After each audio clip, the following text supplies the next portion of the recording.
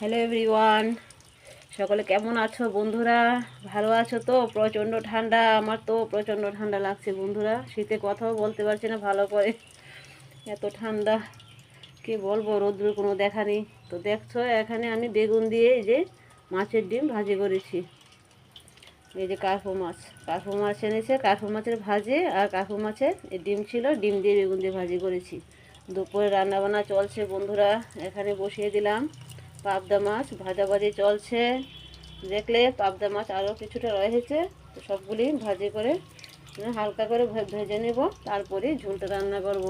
ঝোলের জন্য সব কিছু রেডি করে নিয়েছি, টমেটো আর পেঁয়াজ, দেখেছো?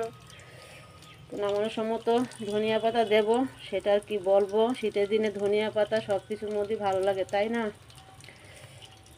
তো এই হলো আজকে দুপুরে রান্নাবান্না বন্ধুরা। রান্নাবান্নাটা সেরে তারপরে চান টান করে খাওয়াটা সেরে নেব দুপুরের। তো গরম গরমই ভালো লাগে। তো রান্নাটা সেরে চানটা করে খেয়ে নেব, আর দেরি করব না। দেখছো আজকে দুপুরে রান্নাবান্না এতটুকুই হলো আজকের মেনু, আজকের রেসিপি। তো কেমন হলো ভিডিওটা অবশ্যই কমেন্ট করে বলবে বন্ধুরা। তো রাখছি, টাটা। সকলে ভালো থাকবে, সুস্থ থাকবে। আর শীতের মধ্যে কে কেমন আছো অবশ্যই বলবে। আমার তো প্রচণ্ড ঠান্ডা লাগছে বন্ধুরা, ভালো করে হয়তো কথাও বলতে পারছি না। আমার সত্যি কাক উঠছে, কাক, এত শীত, কি বলবো। তবু তো কাজ বাজ করতে হবে, তাই না বন্ধুরা? বলো, যতই শীত থাক, যতই ঝড় তুফান থাক, আমাদের ভিডিও করতে হবে, পোস্ট করতে হবে, তাই না? তো রাখছি, কেমন হলো ভিডিওটা অবশ্যই কমেন্ট করে বলবে। টাটা, সকলে ভালো থাকবে, সুস্থ থাকবে।